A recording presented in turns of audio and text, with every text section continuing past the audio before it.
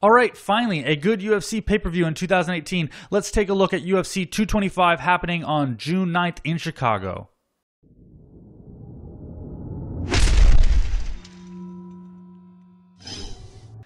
What's going on, fight fans? Welcome to this YouTube channel where we talk about things that are happening in the world of MMA and combat sports. My name's Drew, and today I want to talk just a little bit about UFC 225, which is happening on June 9th in Chicago. I want to do a fairly quick video. It might still end up being long because, like I said, I'm a fairly long-winded person, but I want to do a fairly brief video on just my initial opinions on the fights. So I want to break down, I don't want to say break down, but maybe just predict each fight that's happening on the card. I'm going to start at the bottom, work my way up to the main event.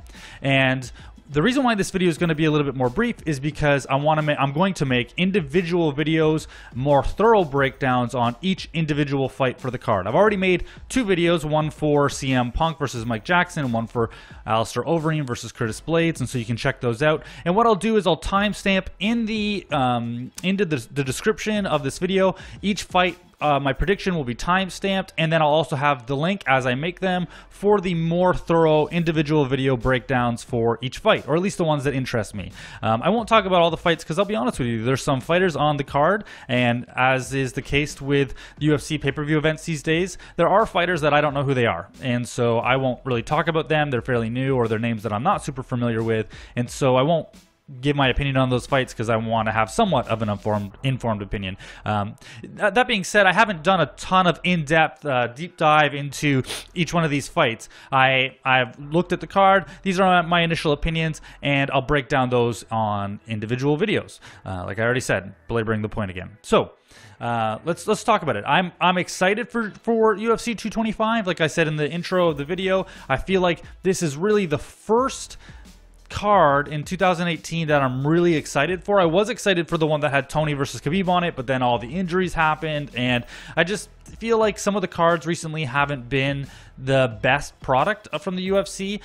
Particularly, you look at UFC 224, which I was pretty critical of in my video. It did end up being a really exciting card, but was it worth, as far as the name value on it, was it worth $60? Or in Canada, it's $60 plus tax, and that's the non-HD version. And so was it worth, from a name value, was it worth it? I don't know. I mean, the fights ended up being really good, but in my opinion, some of those, it could have been a good Fox card or a good Fight Night card. This is the kind of pay-per-view card that I've come to expect from the UFC. And when we hear about this ESPN deal, which happened last week, and I'm really excited about this, the talk is that they're going to have to narrow and make smaller cards. When I first started watching the UFC back in 2004, 2005, there was a pay-per-view maybe once a month, maybe once every other month.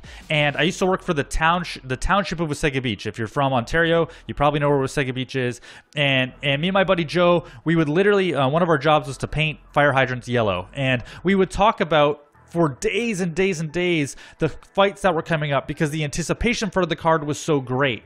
And I hope eventually they go back to that model where there are less pay-per-views and there's more anticipation being built for those fights.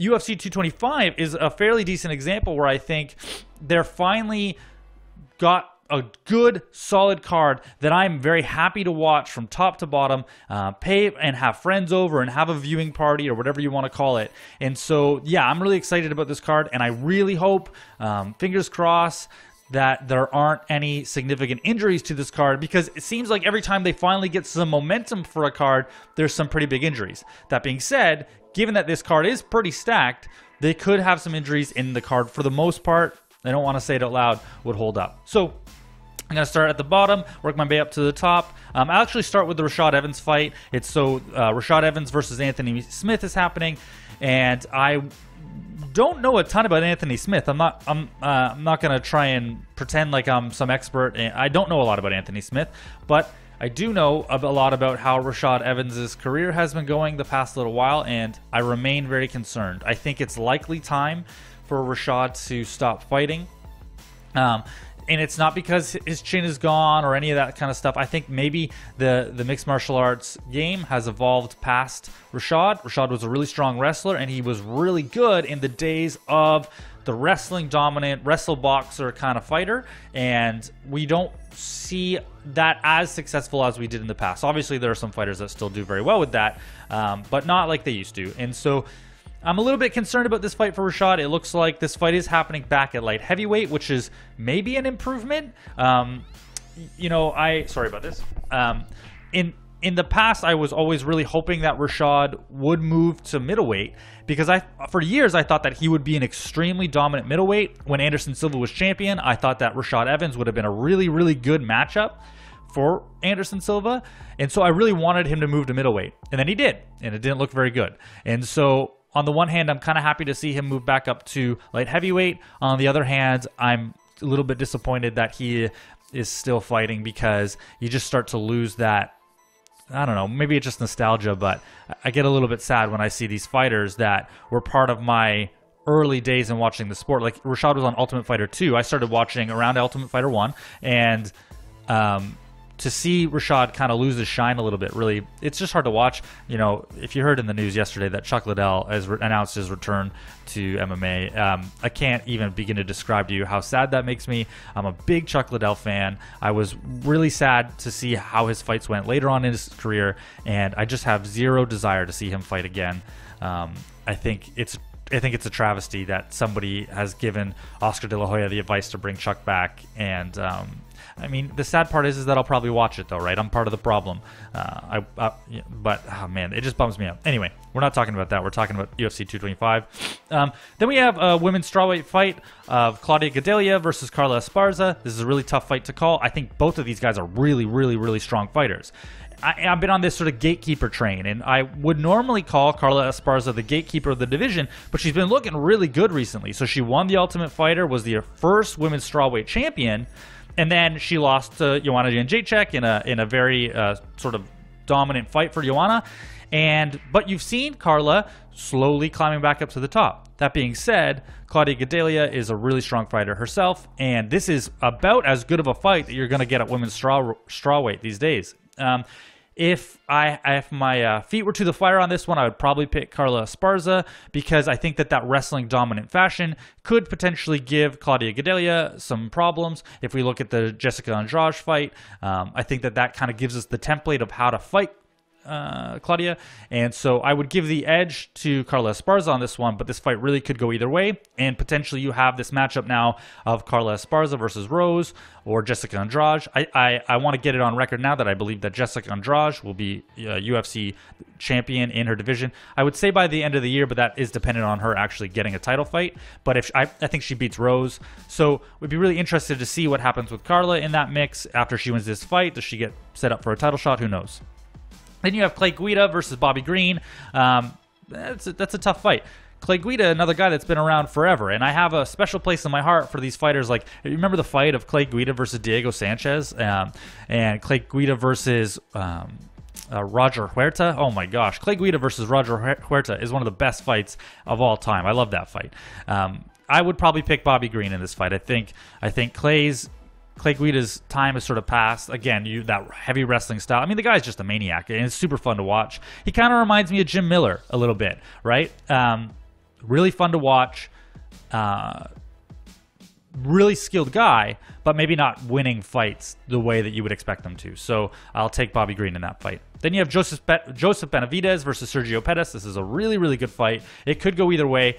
I'm going to give the edge to the veteran on this one, and Joseph Benavidez. I think he's a really strong fighter. I think really again, I hate to keep saying it, right, as far as this whole gatekeeper thing, but Joseph Benavidez and Henry Cejudo are kind of like those gatekeepers of the division. If you beat them, you get a title shot. If they keep winning, they get their own title shot. And Sergio Pettis is no can. He's a great fighter, and he's had some really strong performances as of late. But I think Joseph Benavidez, just coming out of the prime of his career, one of the best fighters at flyweight. I think it's unfortunate that he's lost to Demetrius Johnson so many times, or that he's lost to him, because they're not likely going to do that matchup again. But I mean, what matchups are available for DJ at this time? There aren't really any other than TJ Dillashaw, and so anyway, I give Joseph Benavidez, the veteran, the edge in this fight. I'd love to see Sergio Pettis win this fight. because that would really mix up the division, and it would really help Sergio continue to be the young gun in the division. So I'm kind of pulling for Sergio Pettis in this one, but my head tells me that Joseph Benavidez will win that fight. Then you have a fight of Ricardo Lamas versus Mirsad Bektic. I don't know who that guy is. I'm not going to lie to you. Lamas had a couple of really tough losses. I think that this is probably, I could be wrong. Let me know if I'm completely off on this one. But my guess is that this fight is a bit of a tune-up fight for Ricardo. So I'm going to take Ricardo Lamas in that fight. Then you have Holm versus Megan Anderson. This is a really, really good fight. Now, I had a pretty strong debate with some friends at UFC 224 about the, how good is Holm? And I was pretty critical of Raquel Pennington in my last video. I was pretty critical of her during the pay-per-view. I don't think that she is that... I didn't think that she belonged in that main event. I didn't think that she deserved... I don't think that she should have had a title shot, not based on her accomplishments. I just didn't think that the skill level was there, and not to criticize her too heavily, but I just don't see it. But that being said, she went to a split decision with Holm. So there was this big discussion among our group saying, how good is Holly really? We've seen some tough losses. She lost to Jermaine Durandamy. A lot of people, well, at least the people I was watching the fights with, said that she lost.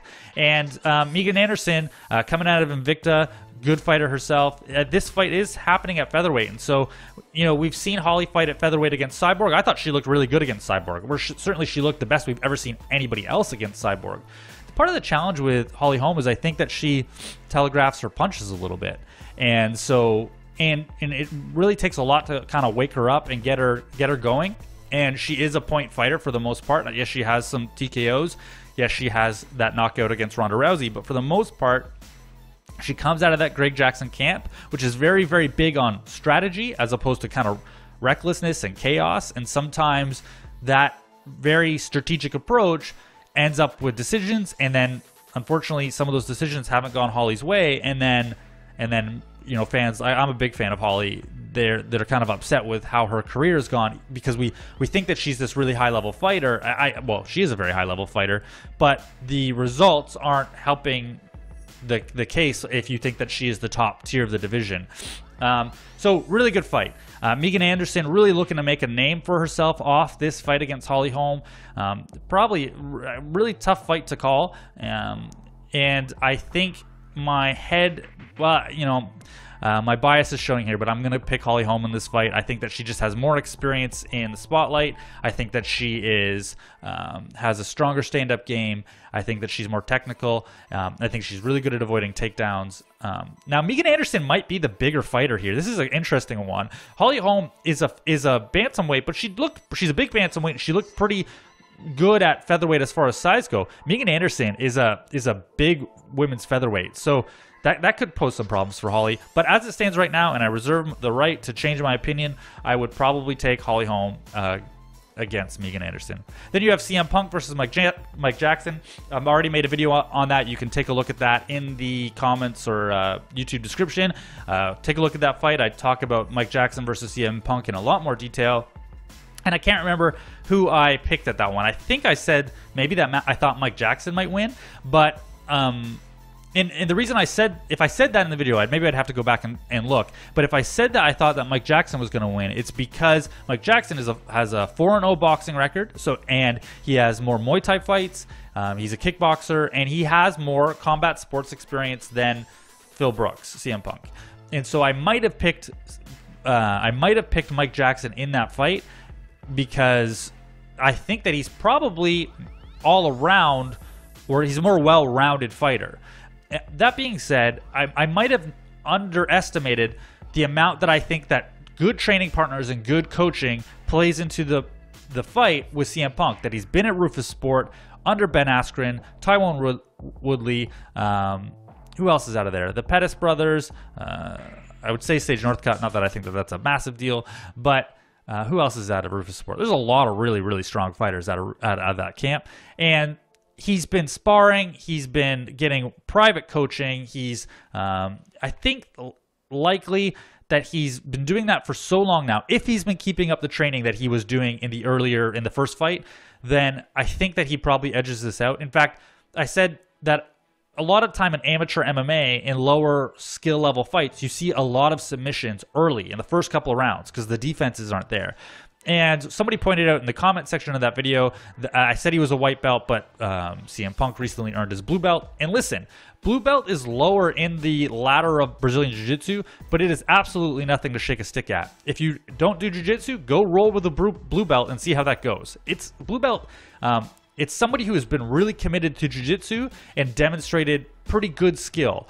And I think that he's got that under Henry Gracie, and I believe that he's been doing Jiu-Jitsu long enough that he can probably absorb the stand-up strikes and get the fight to the ground and submit Mike Jackson. Now, Mike Jackson could flash knock him out. That's a very, very real possibility. But over 3 rounds, do I think that CM Punk can get a takedown and rear naked choke Mike Jackson?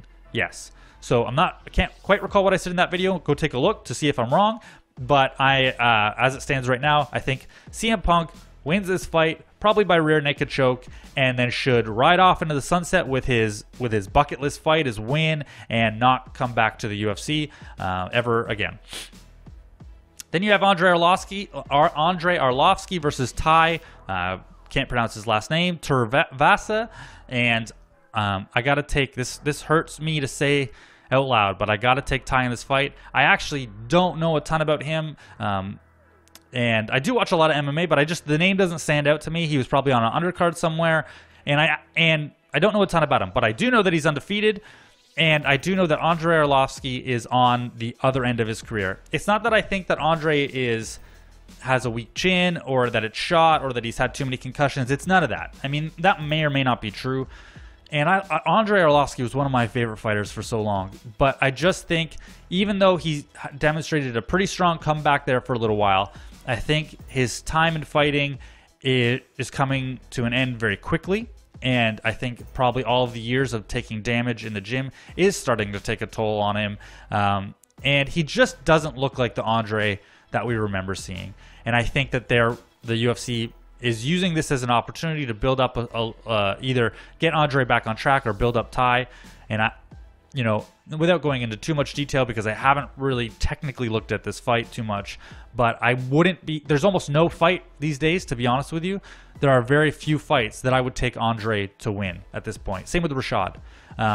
Although, did I actually pick Rashad in that fight? I don't know that I ever actually talked about my pick in that fight, but I will take Rashad at light heavyweight in that fight by decision.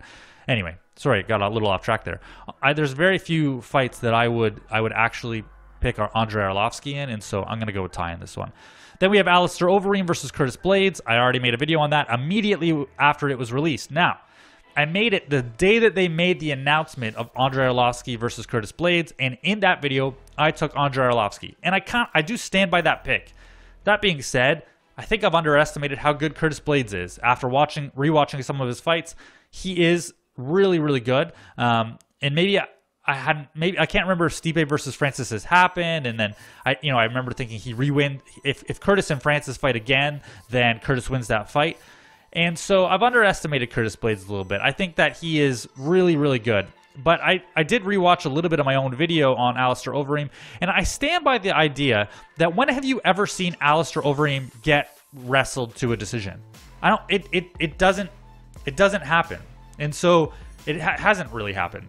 And so for that reason, I don't think that I can see him losing to Curtis, because he's definitely a better striker. Alistair Overeem's got amazing takedown defense. Again, he's a veteran in big fights, and that does play a part as far as the pressure, although I'm sure Curtis is getting used to it. And we just haven't seen, even in the Verdum fights, we've not seen Andre get taken down, Alistair Overeem get taken down and smothered for 3 rounds. And so why would I think that would happen now, just because Curtis Blades is he is a strong wrestler, and he's younger and probably maybe stronger. I'm not sure. It's not HGH Alistair, but it's not horse meat Alistair that we're talking about here. But I just can't see Alistair Overeem getting completely wrestled and dominated. And so I think that this could likely be a split decision, because he will get taken down at some point, but I think he can get back up. He's got that guillotine. I think it's probably Alistair by decision, but that one I'm very unsure about. I could definitely be wrong. It's very similar to the Jacare versus Gastelum fight that happened last week. I really didn't know. I'm leaning towards Alistair. I think my heart is saying Alistair and my head is saying Curtis, but that fight could go either way. Right now, I'm taking Alistair Overeem by decision. I don't think he actually Alistair doesn't win a lot by decision. I don't really see him knocking him out either. That's a tough one. But anyway, I'm sticking with Alistair for now. Then you have Rafael Dos Anjos versus Colby Covington. Colby Covington, obviously the internet troll that he is, getting a lot of attention. He does have that big win over Damian Maia. And yeah, I mean, you can't deny that's a really good win. That being said, Rafael Dos Anjos really has some strong wins right now in the division, right? That's particularly his dominant performance over Robbie Lawler. I think that RDA is championship material. I think he deserves a title shot at welterweight. And while I think that Colby Covington has really done a good job at riding this hype train, I think it ends on June 9th. I'm picking RDA in this fight. I'm going to make a full video breaking down that fight, but I don't think Colby's wrestling is enough to win this fight against the veteran in RDA, the more skilled mixed martial artist in RDA. So keep an eye out for that video. I'm going to break down that fight in its entirety, go a lot deeper into it, but for the purposes of this video, my pick is RDA by decision, sets him up for a title shot, and then we'll talk about what that looks like another day. Then, lastly, again, I'm going to make a full video on this, but you have Robert Whittaker versus Yoel Romero. I'm going to make a full video to talk about why I think the way that I do about this fight, but I'm picking Robert Whittaker in this fight by decision. I mean, what have we haven't seen anything else from Robert, so we have no new information about Robert Whittaker as far as whether or not he's improved. I can only assume he's improved, and we don't have a lot of new information because he hasn't fought since the last fight. Same with Yoel Romero. Yes, we saw him knock out Luke Rockhold, but to me, that wasn't a new skill that was developed as far as his knockout power. Yoel always had that, and it identified a fairly large gap in Luke Rockhold. So to me, we don't have any real new information to tell us anything different about this fight. So if you replay the same fight over again, you have a very, very similar fight to the first one, which is Robert Whittaker winning by decision. Does that mean that Yoel Romero can't knock out Robert Whittaker? Of course not. Yoel Romero can knock out anybody. But I think he had that same skill to do that in the first fight, and I don't see that changing in this fight. So I'm picking Robert Whittaker. I'll talk a little bit more about I'll talk a lot more in an individual video about this fight. I'll talk about the keys to victory for each fighter, but as it stands, just at a very, very high level, I think Robert Whittaker wins this fight. I think he wins it by decision, and I actually think he wins it in fairly dominant fashion. I think that it looks extremely similar to the first fight, which is a gassed Yoel Romero really trying to get a takedown because he can't win a striking matchup against Robert Whittaker, and I think Robert does what he needs to do to avoid that takedown and win the fight. Anyway, this video is already longer than I wanted it to be. I just like to talk about MMA. If you've stuck through the entire video to get to the end here, I really appreciate you. You are why I make these videos, and I can't thank you enough for listening to me ramble about 15 fights here. Thank you so much for watching. Keep an eye out for each of the individual videos that I'm going to make about the main card. Take a look at my CM Punk video, my Alistair Overeem video. Thank you so much. I really appreciate you taking the time to watch these videos. Until the next one, fight the good fight, and I'll see you in the next video. Hey, thank you so much for watching this video. I really appreciate you taking some time out of your day to watch this content. I'm just a fan with an opinion and a camera, but I love the sport of MMA. So if you want to see some more videos, you can take a look here on the right of this screen. And other than that, I will catch you in the next video.